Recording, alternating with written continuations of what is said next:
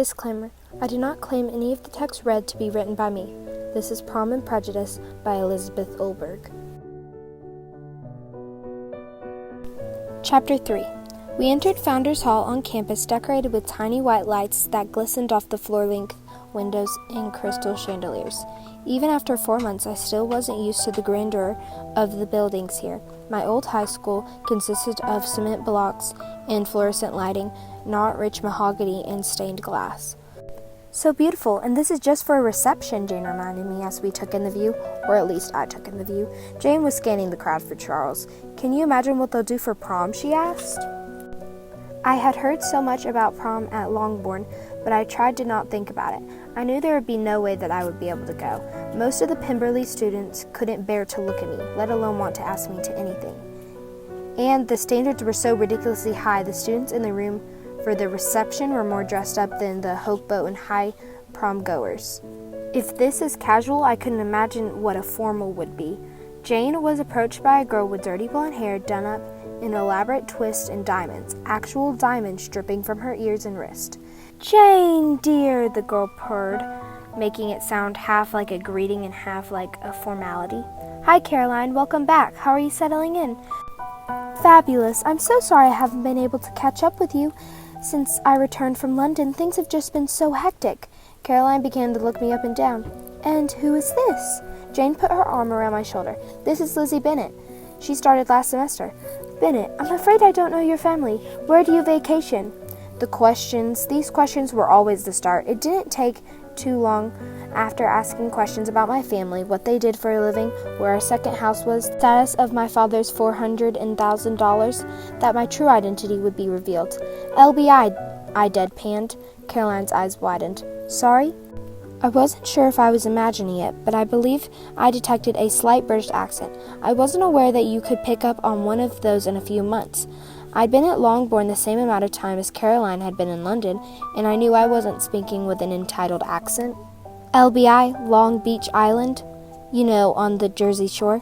I'm a scholarship kid, so I don't get off to the continent much. I decided it would be best to get it out of the way." "Oh," Caroline crinkled her nose as if she could smell the mediocrity. "Anyway, Jane, lovely to see you. We must catch up soon." She kissed Jane goodbye and turned without giving me a second look. "That's Charles' twin sister," Jane whispered in my ear. "That's Caroline Bingley?" I tried not to groan. "Jane, I seriously question your taste in guys." Jane grimaced. "Charles is nothing like her. He's really close with her and cares what she thinks, but Charles he's... Jane became flushed. "He's right over there." I followed Jane's gaze to two guys who just entered the hall. "Which one is he?" "The one on the right." The two guys couldn't have looked more different. The one on the right, Charles, was walking around the room smiling and greeting people. He had the same dirty blonde hair as Caroline, but his blue eyes sparkled with a positive energy. Everybody seemed happy to see him, and he, in turn, seemed genuinely excited to be there. The other guy was harder to read.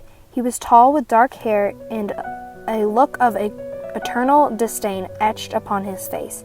He might have looked handsome if he hadn't looked like he was in pain. "Who's the guy he's with?" I asked. Jane let her glance leave Charles for a moment. "Will Darcy. Is there something wrong with him?" Jane shrugged her shoulders. "He does look a little upset. Will can sometimes be overly serious, but his brood is worse than his bite, if you get a chance to know him." I had a feeling there weren't going to be many people here this evening that I would want the chance of knowing, and I was pretty sure the feeling would be mutual. "Jane!" Charles made his way right to her. "Just the person I've been waiting to see." He threw his arms around her and hugged her tightly. Jane was speechless, and her long hair could not disguise her reddening face.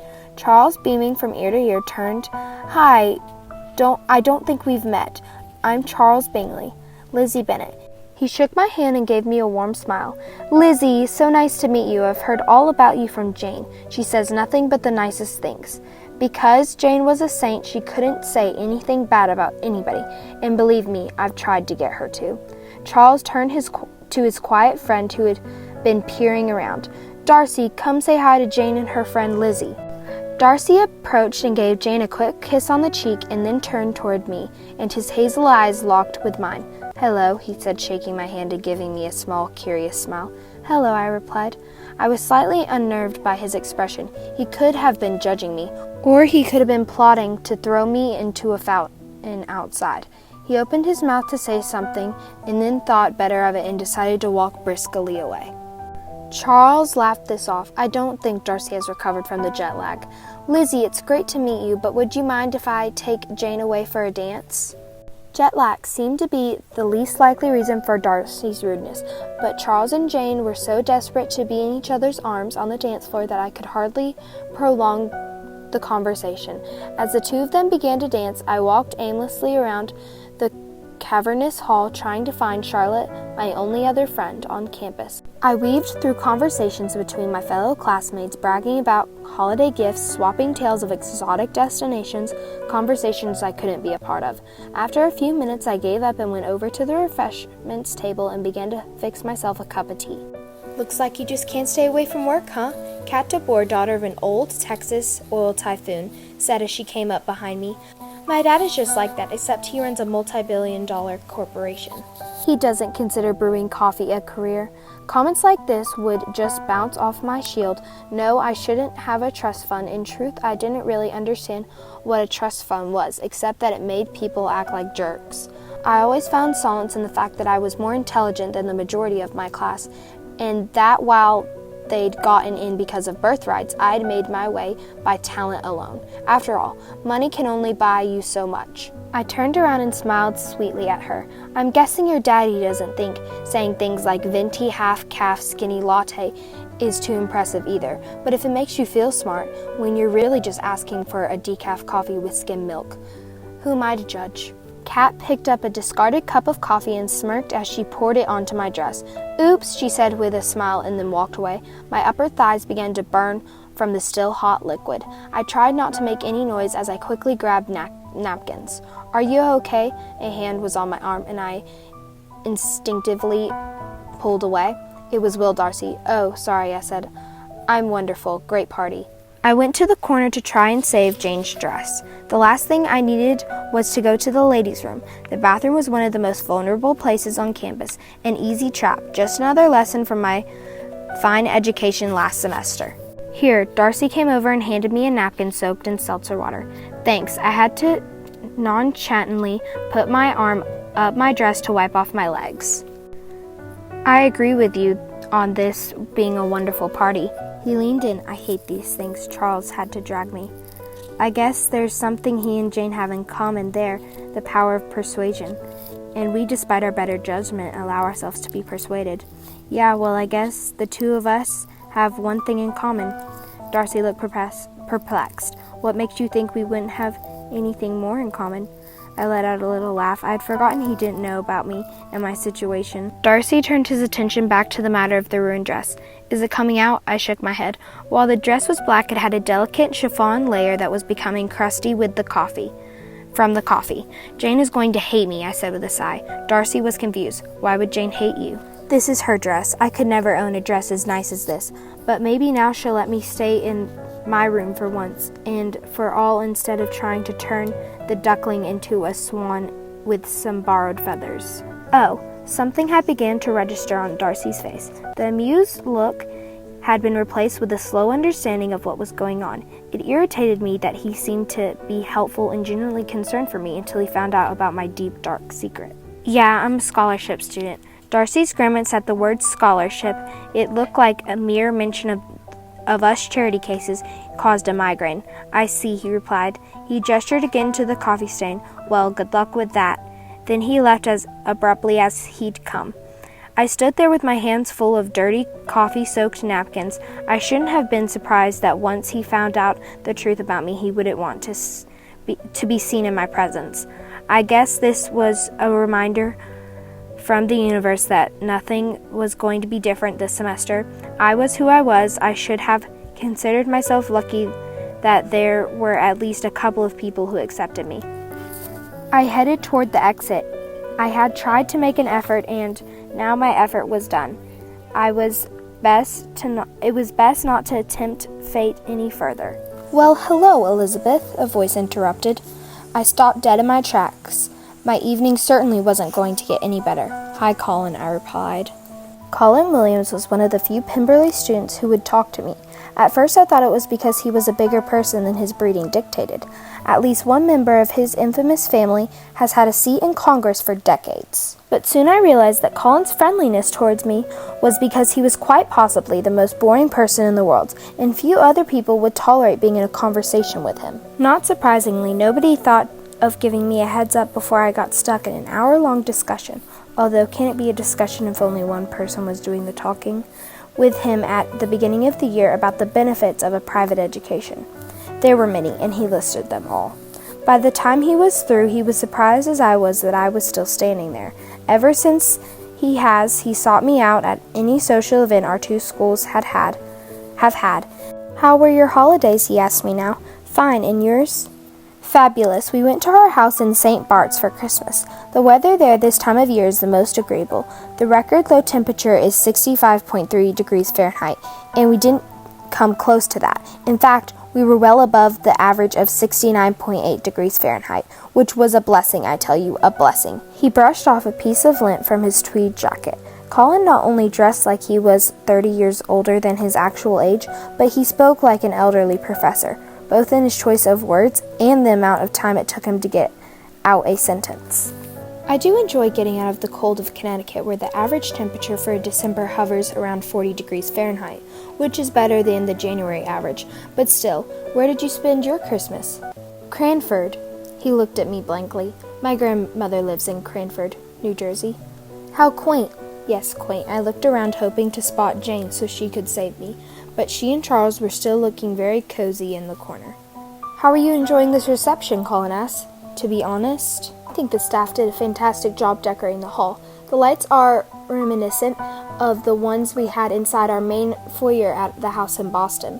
I don't think you can properly decorate for the holidays without white lights. They are truly beautiful and—" "Colin!" I interrupted. If I didn't, I was never going to be able to leave. "I spilled coffee on my dress and I really need to get home." "Oh, sorry to hear that. You know the best thing for a stain is to soak it overnight in hot water. At least that's according to my former nanny. And let me tell you, she certainly had seen some stains in her days. My brothers and I never saw a mud field we didn't. Colin, I have to go." I didn't even wait for him to say goodbye. I hated being rude to him because he was always nice to me, but I was so miserable I didn't think I could handle another word from his mouth. I was only a few yards away from the exit when I saw none other than Darcy standing there. He was looking at his watch, and before he could see me, I ducked behind a column, trying to figure out if there was another way I could leave. As I did, I spied Charles coming over to talk with his friend, blocking an escape route I could have had. "Darcy, isn't it great to be back?" I heard Charles say. "You have to admit, this is a welcome sight, especially after 4 months in dreary London." "Hardly," Darcy said dryly. "I'm starting to think I should have stayed in London. Being back has been harder than I thought. I don't know why I let you drag me to this thing.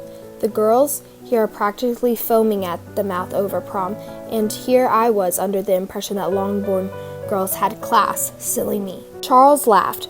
"What are you talking about? You've clearly let all the English rain dampen your spirits. How could you say that about my sister and Jane? And what about Jane's friend, Lizzie? You should ask her to dance."